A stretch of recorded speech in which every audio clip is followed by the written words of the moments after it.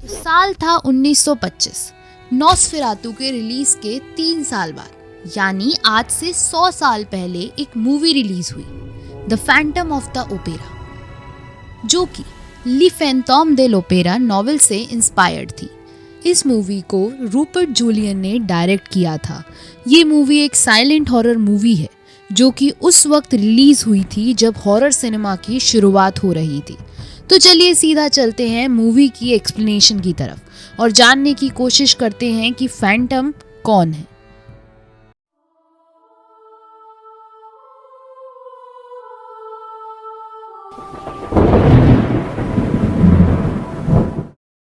तो मूवी की शुरुआत होती है जहां हम एक डरावनी सी जगह को देखते हैं जिसमें एक आदमी लालटेन लेकर कुछ ढूंढ रहा होता है।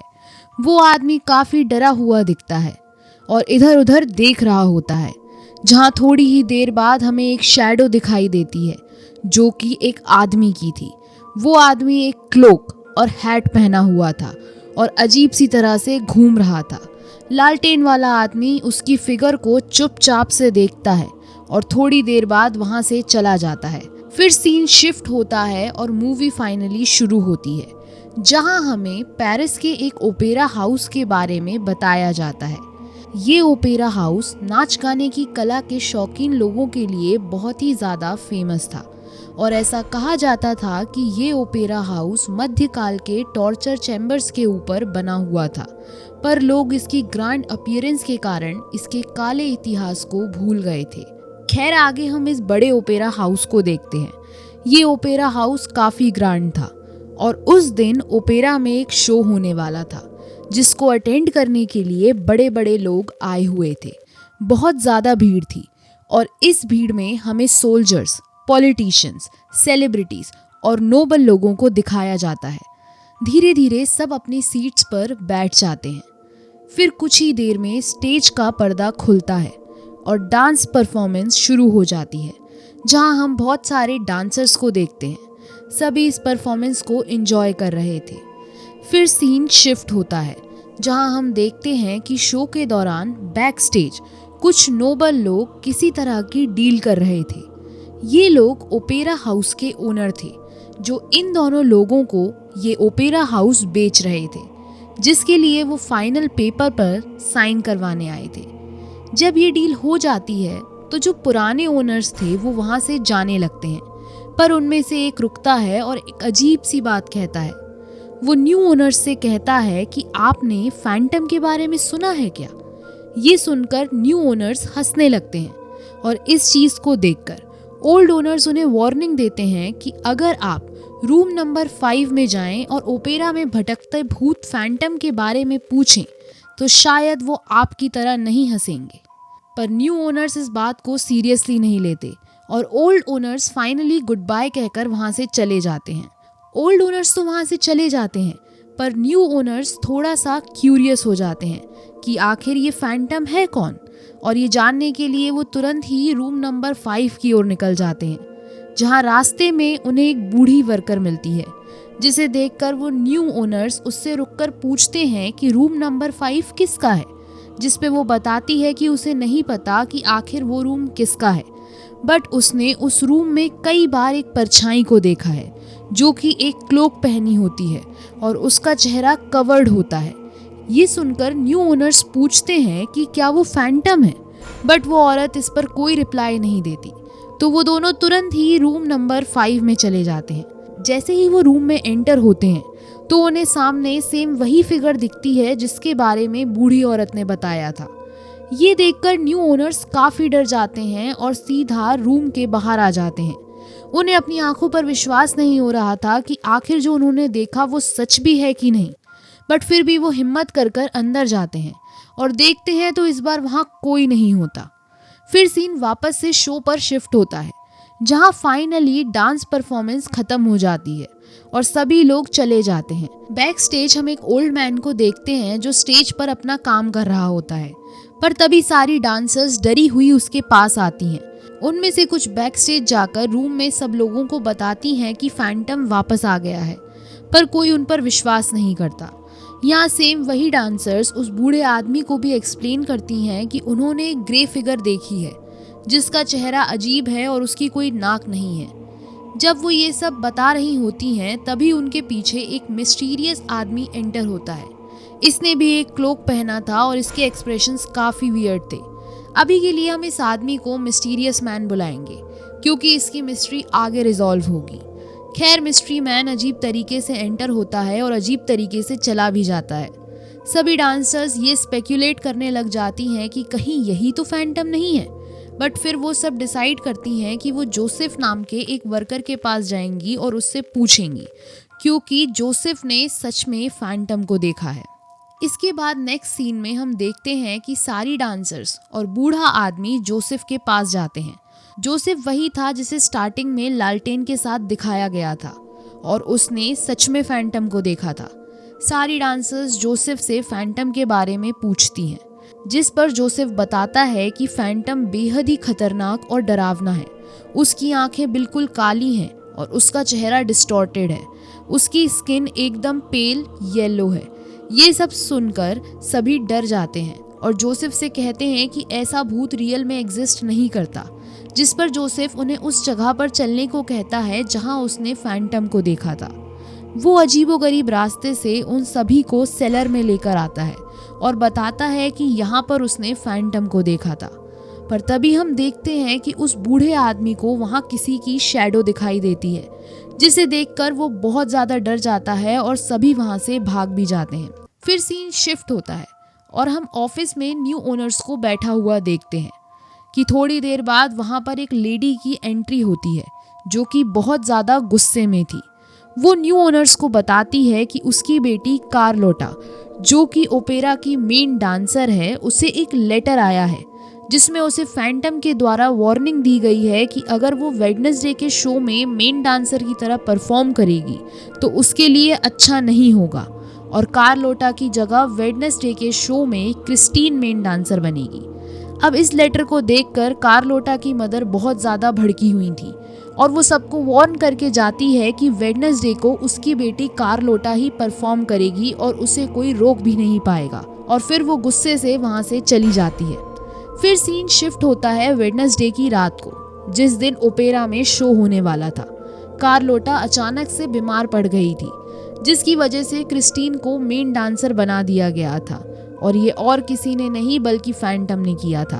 फाइनली शो स्टार्ट होता है जहां हम क्रिस्टीन को देखते हैं जो कि अपनी परफॉर्मेंस दे रही होती है। ऑडियंस में हम दो नोबल्स को भी देखते हैं। इनमें से एक नोबल का नाम राउल था जो कि क्रिस्टीन का फियोंसे था और दूसरा ऑफिसर राउल का भाई था। राउल का भाई राउल को वार्न करता है कि आजकल क्रिस्टीन राउल की जगह किसी मिस्टीरियस आदमी के बारे में ज़्यादा बात करती है जो कि उसे ठीक नहीं लगता, जिसके बाद वो राहुल को कहता है कि उसे संभल जाना चाहिए। राहुल भी इसे सुनकर थोड़ा सीरियस हो जाता है और परफॉर्मेंस ख़त्म होने के बाद सीधा क्रिस्टीन से मिलने उसके रूम में जाता है, जहां हम एक स्वीट रियूनियन देखते हैं। क्रिस्टीन भी राहुल को देखकर काफ़ी खुश हो जाती है। राहुल क्रिस्टीन को कहता है कि वो बहुत खुश है कि क्रिस्टीन को फाइनली उसके एम्बिशन और गोल को पूरा करने का चांस मिल रहा है और उसे लगता है कि अब चूंकि क्रिस्टीन ने अपना मेन डांसर बनने का सपना पूरा कर लिया है तो उन्हें अब शादी कर लेनी चाहिए। पर इस बात पर क्रिस्टीन सीरियस होकर राहुल को मना कर देती है। उसका कहना था कि वो अपने ओपेरा को कभी नहीं छोड़ सकती, उसे अपना करियर ज़्यादा पसंद है। इस बात को सुनकर राहुल काफ़ी ज़्यादा दुखी हो जाता है और क्रिस्टीन को समझाता है, बट वो नहीं मानती, तो वो गुस्से से उसके रूम से बाहर चले जाता है। थोड़ी ही देर में उसे लगता है कि उसे वापस से अंदर जाकर क्रिस्टीन को समझाना चाहिए, पर जैसे ही वो रूम में एंटर होने ही वाला होता है कि तभी उसे रूम से अजीब सी आवाज़ आती है। यहाँ रूम के अंदर हम देखते हैं कि क्रिस्टीन भी वहाँ पर अजीब तरीके से खड़ी होती है। उसे एक बहुत ही सुरीली आवाज़ सुनाई देती है जो कि किसी एंजल की तरह थी, और फिर हम देखते हैं कि एक परछाई जो कि क्रिस्टीन से बात कर रही थी, जिसे सुनकर क्रिस्टीन भी अजीब सा बिहेव करने लगती है। वो परछाई और कोई नहीं बल्कि फैंटम ही था, बट ये बात क्रिस्टीन नहीं जानती थी। फैंटम क्रिस्टीन से कहता है कि उसने क्रिस्टीन के लिए सब कुछ कर दिया है, अब पूरा पेरिस क्रिस्टीन को जानेगा और अगर वो चाहती है कि उसका कैरियर इसी तरह से बढ़ता रहे तो उसे उसके मास्टर यानी फैंटम की बात माननी पड़ेगी और सारी दुनिया को भूलना पड़ेगा। अब इस सीन पर थोड़ा सा फोकस करना, क्योंकि इसके बारे में हम वीडियो के एंड में बात करेंगे, जो कि काफ़ी मिस्टीरियस होगा।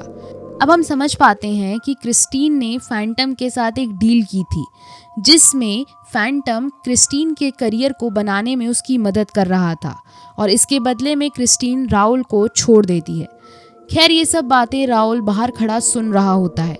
वो समझ जाता है कि क्रिस्टीन ने फैंटम के लिए उसे धोखा दिया है और फैंटम क्रिस्टीन के करियर बनाने में उसकी मदद कर रहा है।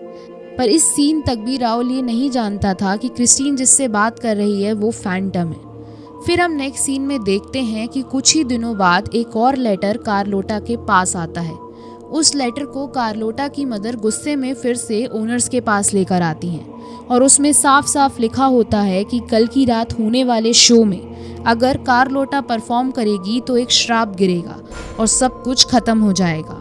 और फिर एक और मिस्टीरियस लेटर आता है जिसमें लिखा हुआ था कि कल होने वाले शो का मेन किरदार क्रिस्टीन प्ले करेगी और अगर ऐसा नहीं होता तो कुछ बहुत ही बुरा होगा। और ये दोनों ही लेटर किसी और ने नहीं बल्कि फैंटम ने भेजे थे। अब फाइनली अगला दिन होता है और शो शुरू हो जाता है, पर इस बार हम देखते हैं कि कार्लोटा ने अपनी मदर के कहने पर फैंटम की वार्निंग को सीरियसली नहीं लिया था और वो परफॉर्म करने आ गई थी। वो अपनी परफॉर्मेंस दे रही होती है और दोनों ओनर्स भी वहाँ बैठे थे। सब कुछ ठीक था, जिसकी वजह से वो दोनों काफ़ी खुश थे। यहाँ हम क्रिस्टीन को भी देखते हैं, जिसके पास एक ऑफिसर राउल का लेटर लेकर आए होता है, जिसका रिप्लाई वो भी एक लेटर से करती है। फिर वो ऑफिसर उस लेटर को लेकर सीधा राउल के पास जाता है, जो कि ओपेरा हाउस में शो अटेंड करने आया था। लेटर में लिखा था कि क्रिस्टीन अपनी सिचुएशन एक्सप्लेन नहीं कर सकती, बट उसे ऐसा लगता है कि राउल और उसे अब नहीं मिलना चाहिए, जिसे पढ़ने के बाद राउल काफ़ी दुखी हो जाता है।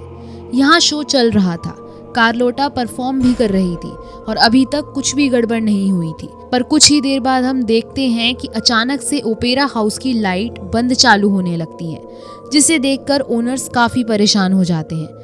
पर कार्लोटा अपनी परफॉर्मेंस कंटिन्यू करती है। ऑडियंस भी काफ़ी परेशान होती है, बट फिर हम फाइनली देखते हैं एक परछाई को, जो कि झूमर की रस्सी के पास खड़ी थी। जी हाँ, ये और कोई नहीं बल्कि फैंटम था, जो कि कुछ ही देर में झूमर की रस्सी को खोल देता है, जिसके कारण झूमर ऑडियंस के ऊपर गिर जाता है। इसके कारण काफ़ी भगदड़ मच जाती है। सब परेशान हो जाते हैं और डर कर वहाँ से भागने लगते हैं। ये सब देखकर राउल भी काफ़ी शॉक हो जाता है, पर वो समझ जाता है कि ये क्रिस्टीन का ही काम है। इसी भीड़ में हम मिस्टीरियस मैन को भी देखते हैं, जो कि कुछ बहुत ज़्यादा मिस्टीरियस कर रहा होता है, बट समझ नहीं आता कि वो कर क्या रहा है। और इस दौरान वो राउल से टकरा भी जाता है, बट राउल जल्दीबाजी में सीधा क्रिस्टीन के रूम में एंटर करके वहाँ छुप जाता है। थोड़ी ही देर में क्रिस्टीन वहाँ आती है, जो कि काफ़ी घबराई हुई थी। तभी हम फैंटम को भी वहाँ देखते हैं, जो कि क्रिस्टीन से मिरर की तरफ जाने को कहता है, जिसे सुनकर क्रिस्टीन फैंटम को मास्टर कहती है और सीधा मिरर की तरफ चली जाती है। अचानक से मिरर खुल जाता है और वो उसके अंदर एंटर हो जाती है।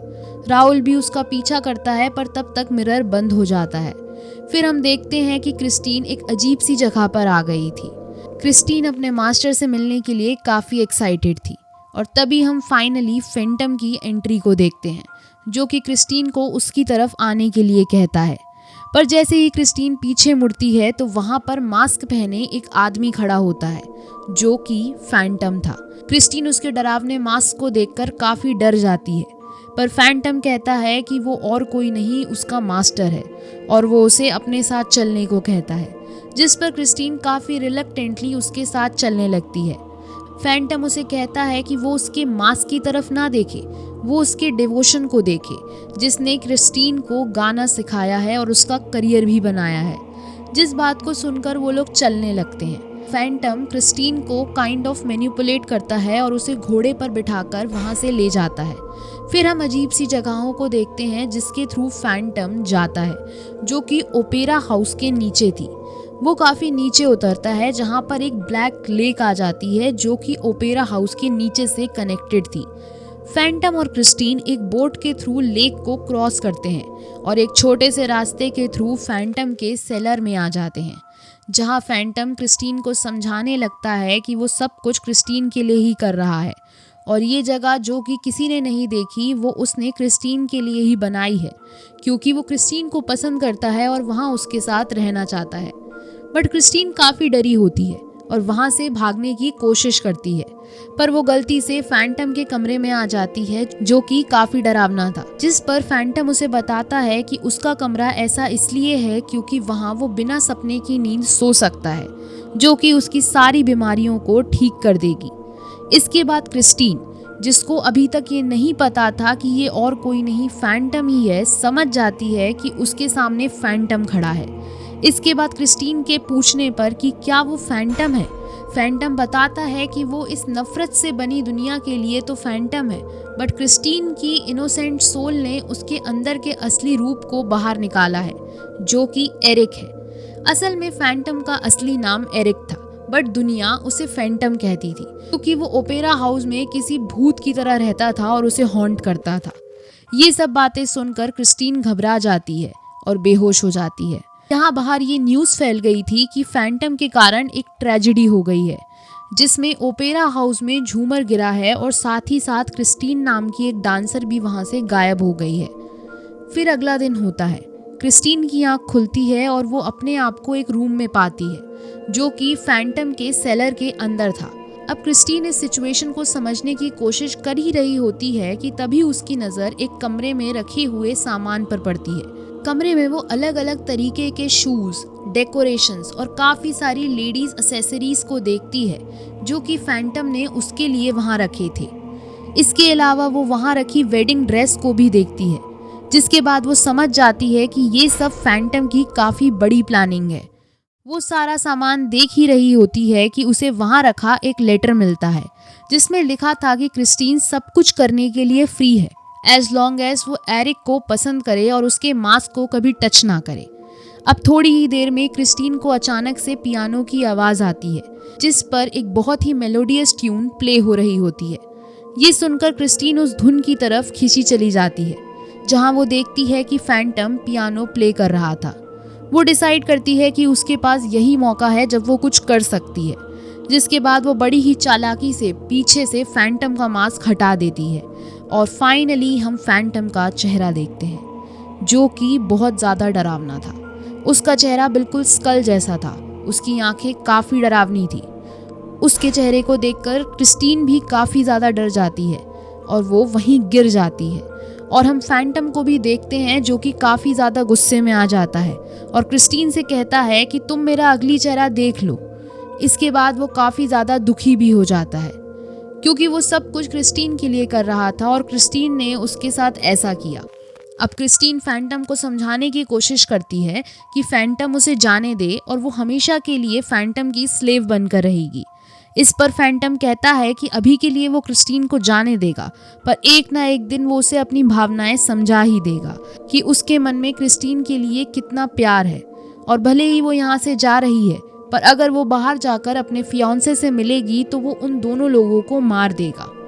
अब सीन शिफ्ट होता है और हम एक लेटर को देखते हैं जो कि क्रिस्टीन ने राहुल को लिखा था, जिसमें वो मैस्करेड ओपेरा शो में मिलना चाहती थी।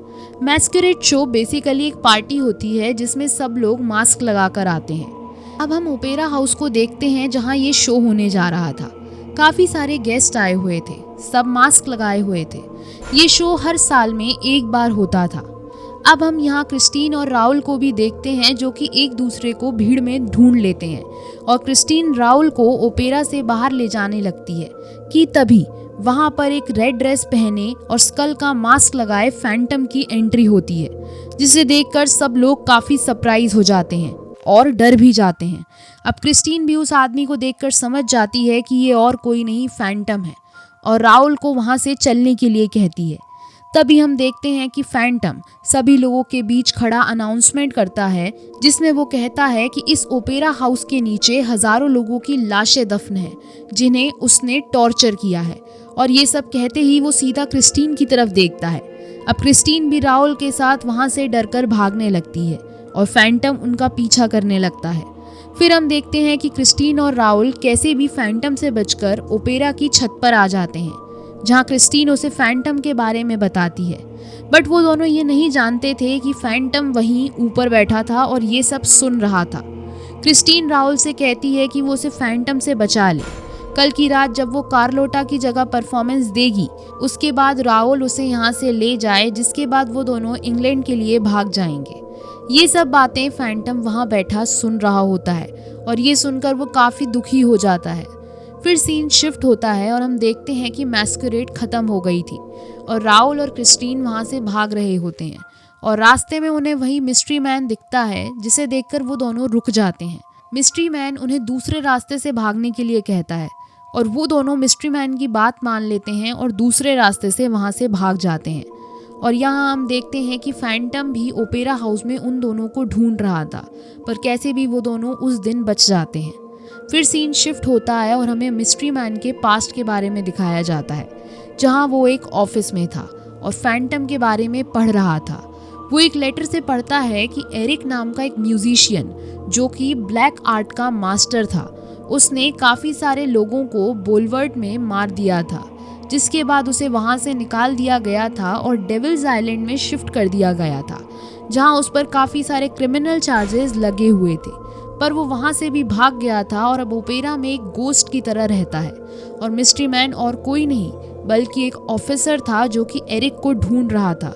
इसलिए ओपेरा हाउस में वो एक स्पाई बनकर आया था। अब फाइनल डे दिखाया जाता है, जिस दिन राहुल और क्रिस्टीन वहाँ से भागने वाले थे। राहुल ने ओपेरा हाउस के पीछे एक घोड़ा गाड़ी बुला ली थी और वो क्रिस्टीन से मिलने के लिए जाता है, जहाँ क्रिस्टीन उदास बैठी थी। राहुल के पूछने पर वो बताती है कि आज भी फैंटम उससे मिलने के लिए आया था और वो उसे कभी यहाँ से भागने नहीं देगा, जिस पर राहुल बताता है कि वो शो ख़त्म होते ही उसकी बुलाई घोड़ा गाड़ी में बैठकर वहाँ से भाग जाएंगे। बट यहाँ हम उस गाड़ी पर फैंटम को देखते हैं और जिससे ये क्लियर हो जाता है कि फैंटम को इस प्लान की पूरी तरह से खबर थी। अब इसके बाद हमें बैक स्टेज एक आदमी की हवा में तैरती हुई बॉडी दिखती है, जिसे उसी बूढ़े आदमी ने देख लिया था, जिसे देखकर वो जब सब लोगों को बुलाकर लाता है तो वहाँ सबको पता चलता है कि ये तैरती हुई बॉडी और कोई नहीं बल्कि जोसेफ की लाश है। सब समझ जाते हैं कि क्योंकि जोसेफ को फैंटम के बारे में ज़्यादा पता था, इसलिए फैंटम ने उसे मार दिया था। अब हम एक सीन में ये भी देखते हैं कि फैंटम ऑफिस में ड्रिंक्स में भी कुछ छेड़छाड़ कर देता है। खैर कुछ ही देर में शो शुरू हो जाता है और फाइनली क्रिस्टीन अपनी परफॉर्मेंस शुरू करती है। राहुल भी वहीं ऑडियंस में बैठा हुआ था। राहुल को अपने भाई की चिंता थी, जो कि उसके साथ ओपेरा में आया था। यहाँ हम देखते हैं कि फैंटम एक परफॉर्मर के पैरों को खींचकर उसे वहाँ से घसीटते हुए ले जाता है और फिर खुद उसकी जगह पर आकर बैठ जाता है। क्रिस्टीन ने यह चीज़ नोटिस कर ली थी और वो डर कर उसी वक्त वहाँ से भाग जाती है। राहुल भी ये देखता है और वहाँ से चला जाता है। इमरजेंसी में शो को बंद कर दिया जाता है। यहाँ बैक स्टेज ऑफिस में भी सब लोग फैंटम द्वारा छेड़छाड़ की गई ड्रिंक को पीकर बेहोश हो गए थे। अब हम राहुल को देखते हैं, जो कि भागते हुए क्रिस्टीन के रूम में आता है और मिस्ट्री मैन यानी पुलिस ऑफिसर भी उसका पीछे पीछे आता है, बट क्रिस्टीन वहाँ नहीं होती, जिस पर पुलिस ऑफिसर राहुल से कहता है कि वो उसे क्रिस्टीन से मिलवा सकता है अगर वो वैसा ही करे जैसा वो कहेगा। जिस पर राहुल उसे पूछता है कि उसे फैंटम के बारे में इतना कैसे पता है, जिस पर मिस्ट्री मैन रिवील करता है कि वो सीक्रेट पुलिस है जो महीनों से फैंटम का पीछा कर रही है और वो जानता है कि आखिर में फैंटम क्रिस्टीन को कहाँ लेकर गया है। इसके बाद बड़ी ही चालाकी से पुलिस उस मिरर को खोल देता है जहां से सेलर की एंट्री थी। पुलिस ऑफिसर बताता है कि सेकेंड रिवॉल्यूशन के टाइम पर फैंटम इसी ओपेरा हाउस के नीचे बने टॉर्चर चैम्बर में बंद था। इसके बाद वो लोग सेलर की तरफ जाने लगते हैं, पर पुलिस ऑफिसर कहता है कि अगर वो जिंदा रहना चाहता है तो हाथों को ऊपर करके चले। जिसके बाद वो एक ट्रैप डोर को ओपन करता है, जिस पर पुलिस ऑफिसर बताता है कि जोसेफ ने इस ट्रैप डोर को देख लिया था, इसलिए फैंटम ने उसे मार दिया। फिर वो दोनों उस ट्रैप डोर से अंदर जाते हैं। अंदर जाते ही उन्हें किसी की आवाज़ आती है, जिसे सुनकर वो दोनों छुप जाते हैं। तभी एक बूढ़ा आदमी अंधेरे से निकलकर आता है और कहता है कि वो मैसेंजर ऑफ शैडो है और अगर वो लोग बचना चाहते हैं तो वापस लौट जाएं। और उसके बाद वो आदमी वहाँ से चला जाता है। यहाँ हम फैंटम को भी देखते हैं, जो कि क्रिस्टीन को किडनैप कर सेलर में ले आया था। फैंटम उसे धमकी देता है कि वो और उसका लवर कभी भी फैंटम को चीट नहीं कर सकते।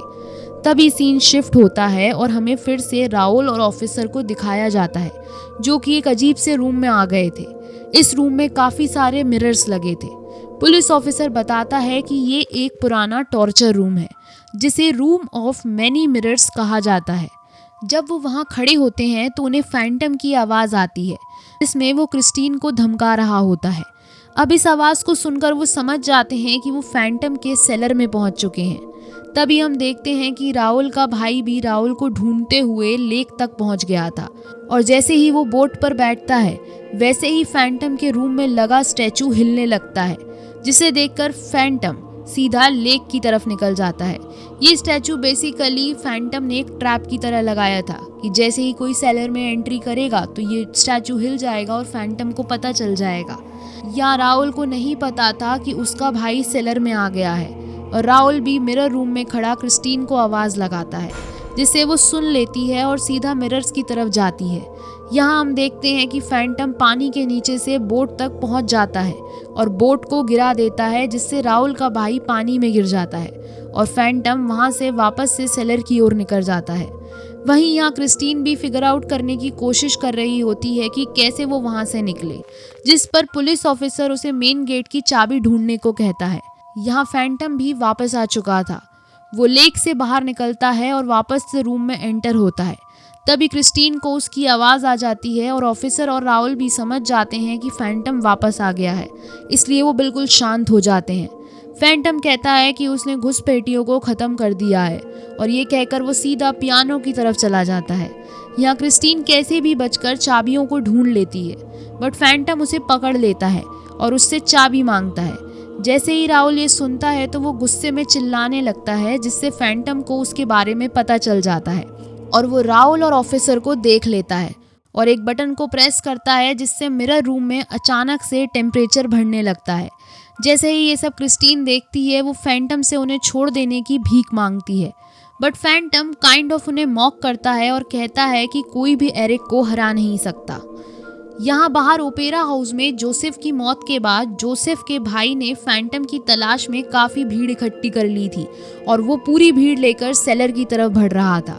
यहाँ फैंटम फिर से क्रिस्टीन के साथ डील करने की कोशिश करता है कि वो उनको छोड़ देगा अगर वो उसकी बात मान ले, पर तभी हम देखते हैं कि पुलिस ऑफिसर को वहाँ पर एक ट्रैप डोर मिल जाता है और वो लोग उसके थ्रू वहाँ से भाग जाते हैं। जैसे ही फैंटम ये देखता है तो वो हंसने लगता है, क्योंकि वो जानता था कि वो लोग उसके सेलर से कभी बच नहीं सकते। यहाँ राहुल और ऑफिसर एक रूम में एंटर होते हैं, जहाँ उन्हें बड़े बड़े ड्रम्स दिखाई देते हैं, जिसमें से एक को राहुल खोलता है तो उसमें से एक गन पाउडर निकलता है और अचानक से वहाँ का डोर भी बंद हो जाता है और अब वो पूरी तरह से वहाँ ट्रैप हो गए थे। इसके बाद फैंटम क्रिस्टीन को लास्ट डील ऑफर करता है, जिसमें वो कहता है कि उसके पास दो ही ऑप्शन है कि या तो वो एरिक से शादी कर ले या फिर राहुल को मरता देखे। वो उसके सामने एक बॉक्स खोलता है जिसमें ग्रास हॉपर और एक स्कॉर्पियो का स्टैचू था। फैंटम कहता है कि अगर वो उससे शादी करने के लिए राजी है तो वो स्कॉर्पियो के स्टैचू को घुमा दे, और अगर उसने ग्रास हॉपर के स्टैचू को घुमाया तो पूरा का पूरा ओपेरा हाउस उड़ जाएगा। यानी अब उसके पास दो चॉइस थी, या तो वो स्कॉर्पियो का स्टैचू घुमा दे और फैंटम से शादी कर ले, और या फिर वो ग्रास हॉपर का स्टैचू घुमाए और पूरा का पूरा ओपेरा हाउस उड़ जाएगा। यहाँ हम ये भी देखते हैं कि जोसेफ का भाई पूरी की पूरी भीड़ को लेकर सेलर की ओर निकल गया था। वो लोग एक एक करके टनल्स के थ्रू सेलर में आते जा रहे थे, और वहीं यहाँ पर काफ़ी देर तक फंसे रहने के कारण ऑफिसर और राहुल को सांस लेने में दिक्कत होने लगी थी। अब एक तरह से सब कुछ क्रिस्टीन के हाथों में था। काफ़ी सोच समझने के बाद वो स्कॉर्पियो के स्टैचू को घुमाती है, जिसके बाद अचानक से लेक का पानी निकलने लगता है और राहुल और ऑफिसर के रूम में भरने लग जाता है। वो दोनों बुरी तरह से फंस गए थे।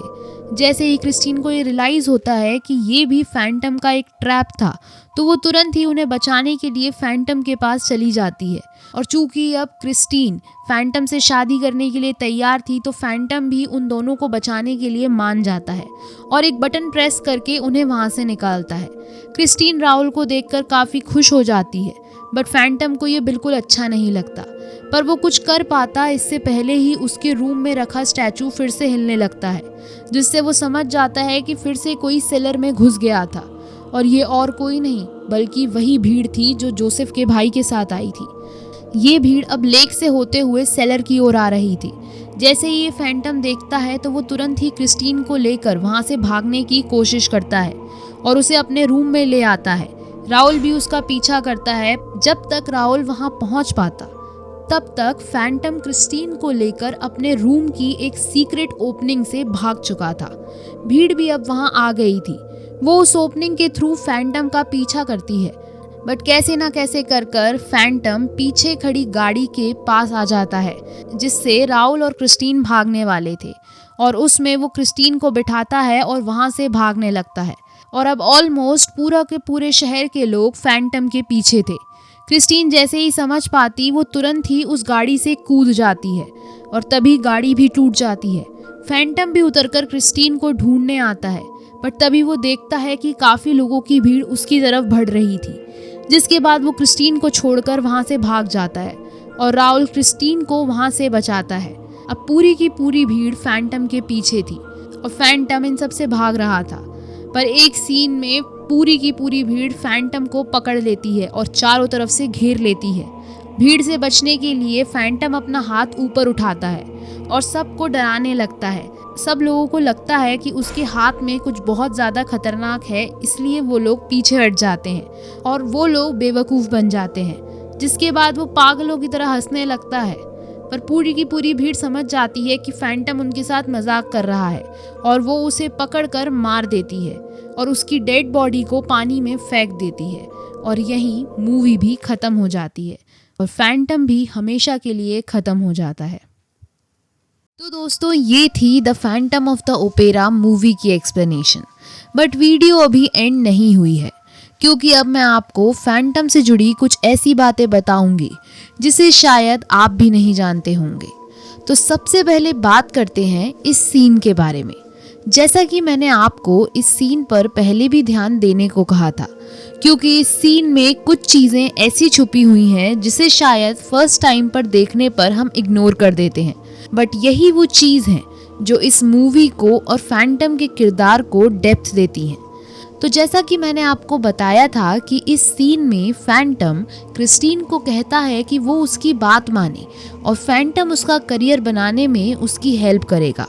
ये समवॉट डेविल के साथ डील को सिग्निफाई करता है, जिसे कई लोग फ्रॉस्टियन बार्गेन भी कहते हैं। अब डेविल के साथ डील का कॉन्सेप्ट कोई नया नहीं है। इसके बारे में ऑलरेडी आप लोगों ने काफ़ी कुछ सुना होगा और आपको काफ़ी चीज़ें पता भी होंगी। ऐसा कहा जाता है कि काफ़ी सारे हॉलीवुड सेलिब्रिटीज़ भी डेविल के साथ डील करते हैं, जिसमें वो अपनी आत्मा को बेचते हैं।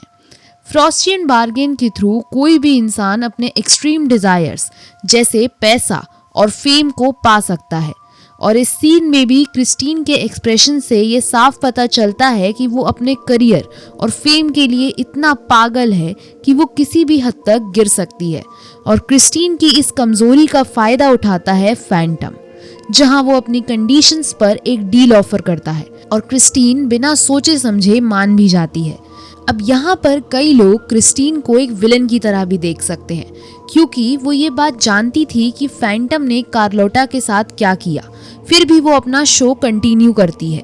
वो अपने फियांसे को भी फैंटम के लिए छोड़ देती है, और जब उसे पता चलता है कि उसका मास्टर और कोई नहीं बल्कि फैंटम है, तब भी वो खुद को बचाने के लिए फैंटम को धोखा देती है। ये एक तरह से इंसान के सेल्फिश नेचर को दिखाता है। ये इस बात को भी सिग्निफाई करता है कि एंड में हर कोई खुद को बचाना चाहता है। वहीं हम फैंटम को भी एक इनोसेंट कैरेक्टर की तरह नहीं देख सकते। अब चलो थोड़ा सा फैंटम के किरदार को समझते हैं। अब जैसा कि आप लोगों को पता है कि फैंटम का रियल नाम था एरिक। एरिक शक्ल से तो डिसफिगर्ड था, बट वो म्यूजिक और आर्ट में जीनियस था। बट सोसाइटी ने उसके डरावने रूप के कारण उसे एक्सेप्ट नहीं किया, तो वो पेरिस के एक ओपेरा हाउस के नीचे छुपकर रहने लगा। इसलिए लोग उसे the Phantom of the opera कहते थे। वो वहीं रहता और वहीं कभी कभार अपनी प्रेजेंस शो कर दिया करता था। मूवी में ऐसा दिखाया गया कि फैंटम एक घोस्टली एंटिटी की तरह एग्जिस्ट करता था। वो कभी लोगों को दिखता तो कभी नहीं दिखता। लोग उसके रूप से बहुत ज़्यादा डरते थे। फैंटम का किरदार उसी तरह से बदलता रहा जैसे वैम्पायर का।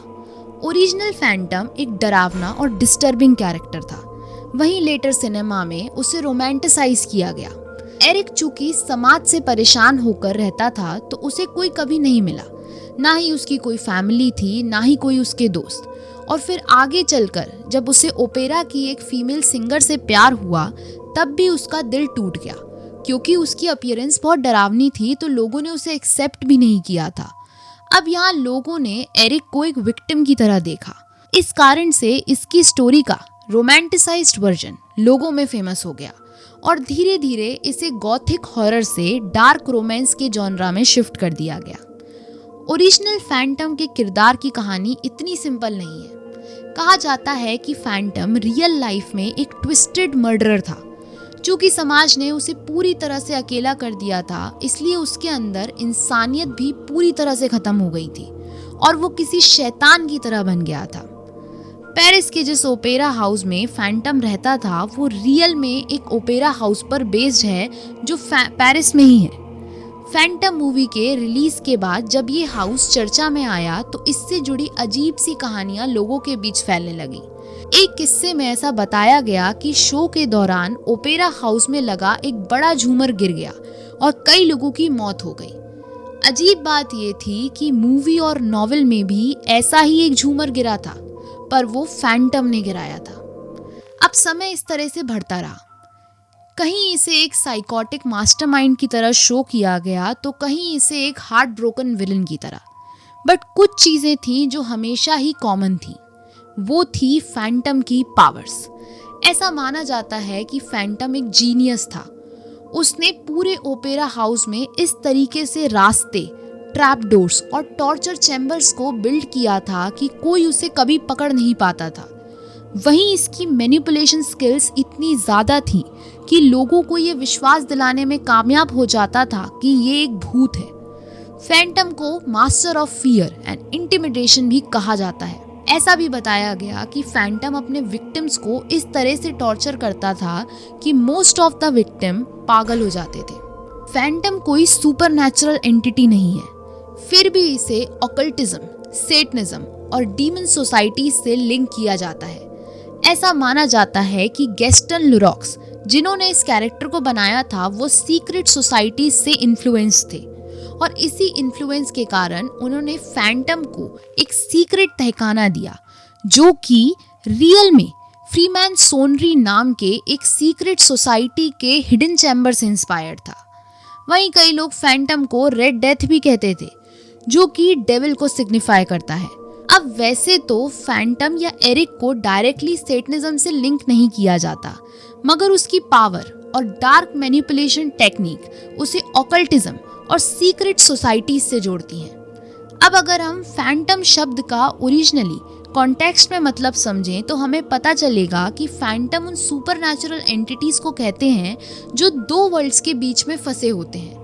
फैंटम को रिलीजियसली उन श्रापित आत्माओं से जोड़ा जाता है जो हमारी लाइफ को किसी भी खौफनाक तरीके से इन्फ्लुएंस करने की ताकत रखती हैं। शायद इसीलिए ही फैंटम का किरदार आज भी हॉरर गॉथिक जॉनरा को इन्फ्लुएंस कर रहा है और ये आज भी हमारे बीच किसी डर की नई तस्वीर की तरह जिंदा है। तो दोस्तों, कैसी लगी आपको ये वीडियो?